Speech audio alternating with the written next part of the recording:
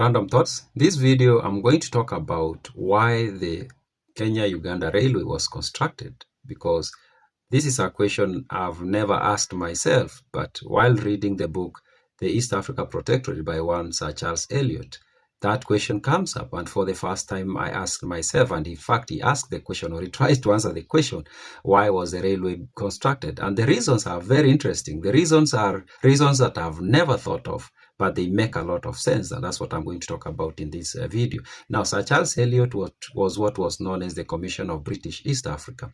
He was the highest ranking British official in what was known as the East Africa Protectorate, and this is the land that later on, of course, became the Kenyan colony, and then it became the Republic of Kenya. Now, the railway line, of course, was constructed from maybe late 1880s, and it ended in the early 1900s. Now, this railway line, of course, ran from Mombasa, or it still does, of course, from Mombasa to Kisumu. Now, he does explain also that part, because that railway line came to be known as the Uganda Railway. But actually, it didn't go all the way to Uganda, at least not initially. It did not go all the way to Uganda. It went up to Kisumu, or Port Elizabeth, as they called it. But then it got the name of the Uganda Railway. But why was it called the Uganda Railway? Okay, it was called the Uganda Railway for a few reasons. Reason number one is because almost half of the land it covered was initially called Uganda, and that's the land from Naivasha up to Kisumu. That was eastern Uganda, so it got that name.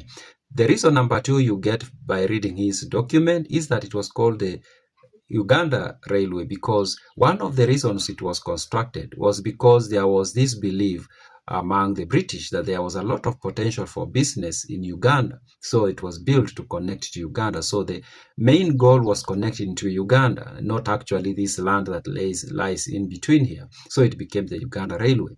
But now, that reason of Uganda having a potential for business, especially because it was densely populated, it wasn't even the primary reason why this railway was constructed. The reason is a completely different reason. And of course, the railway was not constructed to serve the land we know today as Kenya. That was not the reason. The land we know today as Kenya was just going to be a place to pass through. It was going to serve a totally different function. Now, I'm going to read part of Sir Charles Eliot's book where he talks about the railway line, and I'm going to read several parts. Now, I'm going to read the first part. He says, probably the Uganda Railway is to the general public the best known feature in East Africa. Never perhaps has a railway been so prominent and so completely dominated all the surrounding interests, and all right so. It is not an uncommon thing for a line to open up a country, but this line has literally created a country, a civilized territory, and possible residence for Europeans. East Africa may be said to have come gradually into existence at exactly the same rate as the rails advanced, and at present the most important question that can be asked about any locality is, how far is it from the line? The whole enterprise offers the most extraordinary example of the pluck and luck which characterizes the British race, and also of our happy-go-lucky methods. It may probably be said with justice that every other nation would have shrunk from the task, but also that every other nation would have executed it in a more business-like way. Yet, whatever criticism may be made on the circumstance of construction, especially on the coast, no one can deny that the result is successful and useful. So, a few points from that part of the book. Number one, he makes the point that actually the railway line created the country, that the railway line created Kenya.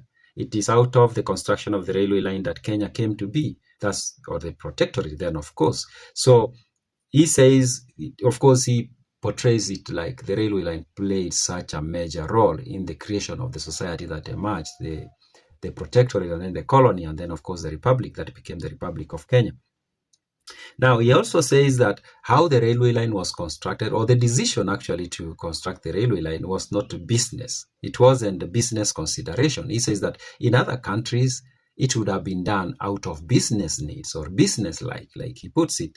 But in this case, it wasn't commerce that was considered. It wasn't actually commerce that was considered. There were other considerations that were on the table, or other reasons that made the British to actually put money into this project and have the railway line being constructed. Now I'm going to go to another part where now he discusses about the reason why the railway line was constructed, and he starts by saying that even he himself is not so sure as to why the railway line was constructed, but he goes ahead and he gives us at least hints of why the railway line was constructed. He says, "It is a curious confession, but I do not know why the Uganda Railway was built, and I think many people in East Africa share my ignorance.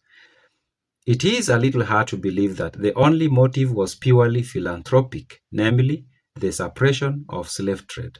Nor are the strategic advantages of the line very obvious, for though it certainly might be used as an alternative route for sending troops to the Sudan, no attempt has been made to open up communication on the higher waters of the Nile, and the journey will be in any case be long. It is almost remarkable that at the time when the construction was decided on, there appears to have been no idea of the value or even of the existence of the high temperature region to the east of Lake Victoria. On the other hand, there was probably an exaggerated idea of the riches and fertility of Uganda's country of great interest, with a large and exceptionally intelligent native population, but in most parts, at any rate, not suited for European settlement, and not yet proved to yield any produce which will be approximately repay the cost of the line. Yet, looking at the completed railway today, I think even hostile critics will admit that it justifies its existence. The slave trade has disappeared so entirely that one is apt to forget that only a few years ago it was a real horror and scandal which called for energetic suppression. The line is found to pass through a healthy and fertile districts which ought to soon become considerable European colony with good commercial prospects. Above all, the completion of this route has had the most remarkable effects in opening up the countries of Central Equatorial Africa and dissipating the cloud of ignorance by which they were concealed. What may be the world consequence in the future of this sudden illumination of the dark continent, no one can predict. But one remarkable result is our control of the sources of the Nile and the grandiose plan now set forth for regulating the water supply of Upper Egypt." Now, he started by saying, as I said, that even him, he wasn't sure why the railway line was constructed, but then he goes ahead talking about it giving access to the land of Uganda, where it was thought that there was high population and there was potential for enterprise.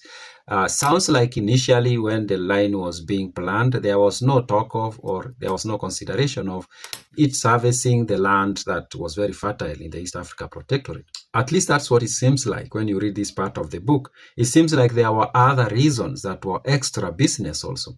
Of course, he also talks about that maybe the reason why it was constructed was to end slave trade. I don't know how that is.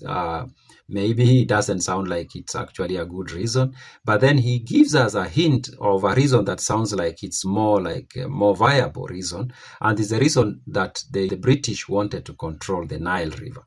Now, remember that the Nile River is a river that has been very important throughout history to different civilizations. It's a very important river, or at least it has been for a very long time, for thousands of years. That river has been such an important river, and many have been wondering so many things about the river. I've done a video where I talked about the book by Herodotus, Histories, and Herodotus came to Egypt, that was like 2,500 years ago.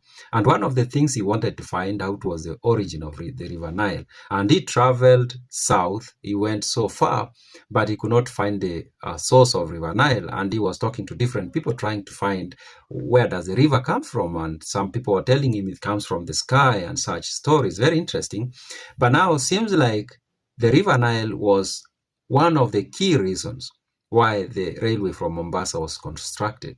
The British were so interested in controlling the source and, of course, the river Nile. I think that for some reason they wanted to control that river or whatever was happening along that river. So it seems like the river Nile was one of the reasons, or maybe could be even the main reason why the railway line from Mombasa to Kisumu was constructed.